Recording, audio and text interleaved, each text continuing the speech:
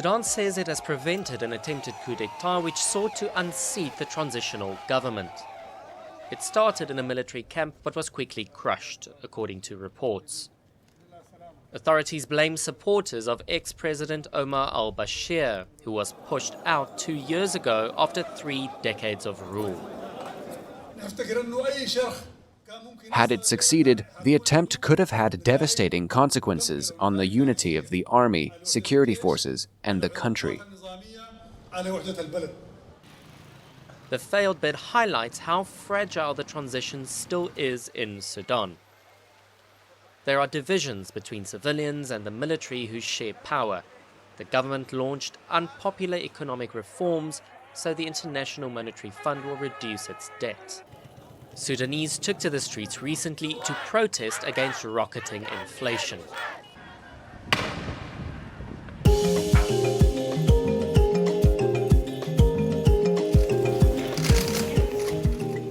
He saved more than 1,000 people during the genocide in 1994.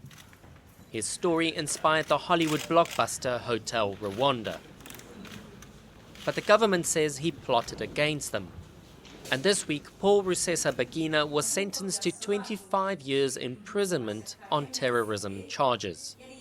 On Monday, the Supreme Court said he had founded and was a member of the National Liberation Front, a rebel group blamed for deadly attacks in 2018 and 19.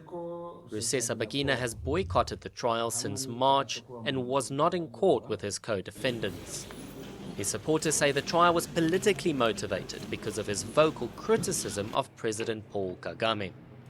Speaking to AFP in Belgium, his daughter accused Kagame of kidnapping her father.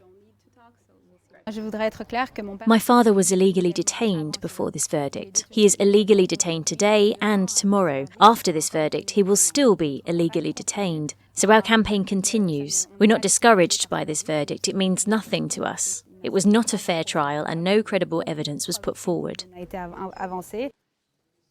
Rusesabagina lived in exile in the US and Belgium since 1996.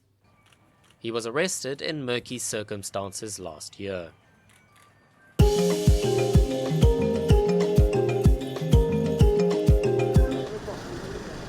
Guinea's junta is digging in its heels. The military rulers refuse to release ex-President Alpha Condé, who they overthrew on September 5, despite demands by regional mediators.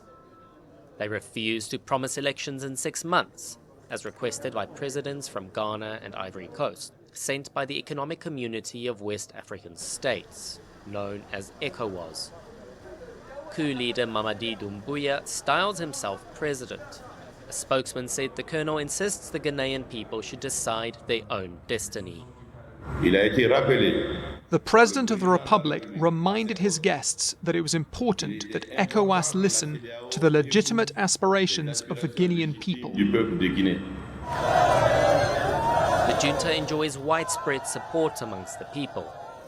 It allowed the return from exile of 4 prominent opposition figures who had mobilized against Condé's bid for a 3rd term in office.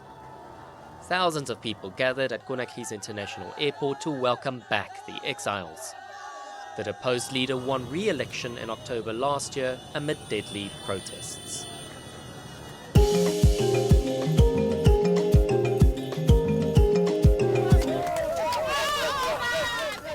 The world's strongest man returned to a hero's welcome in Burkina Faso this week, after breaking the world record in log lifting.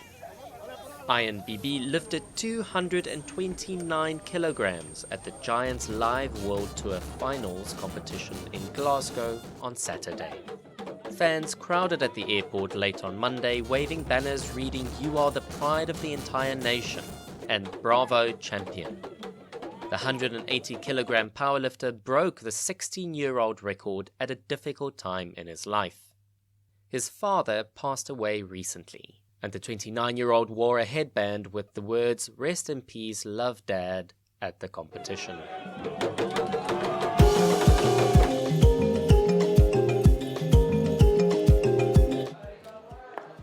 You slice the fish in half, season with salt, then brush it with the sweet pepper imported from Ethiopia. Voila. Once marinated, put it in a traditional oven. 15 minutes of cooking and it's ready to eat. This is how to prepare fish Yemeni style. The dish is a national institution, except this is Djibouti. It reflects the Djiboutian identity. It's a recipe imported from Yemen that we have appropriated and which is part of our culinary tradition. Abubakar Musa is a former celebrity journalist on national television. 2 or 3 times a month he visits this restaurant quite famous in Djibouti city. It has also become a family tradition. His granddaughter Sohan, who lives in Belgium, was not fond of fish until her grandfather converted her. He got me to try it and then told me it was Djiboutian fish. You have to taste it. If you don't eat it in this restaurant, you haven't come to Djibouti. You have no proof of coming to Djibouti. I tried it and I liked it a lot. And every time I come to Djibouti, he brings me here and I'm so happy. The recipe is passed down from father to son. In the restaurant Sheikh Hamdani, it's a family affair. Omar's grandfather migrated to Yemen and settled in Djibouti in the 1920s. He brought the recipe from Yemen and started the restaurant. Omar is now the 3rd generation to run the eatery. Local neighbors and celebrities alike enjoy a meal here for 1,000 Djiboutian francs, fewer than $6. It's not an expensive dish, it's a simple dish, accessible to everyone. From small to young to old, everyone has access to it. A few kilometers away, in the working-class district of PK12, this dish brings a feeling of home to Amin Maktal, who fled the war in his country, Yemen.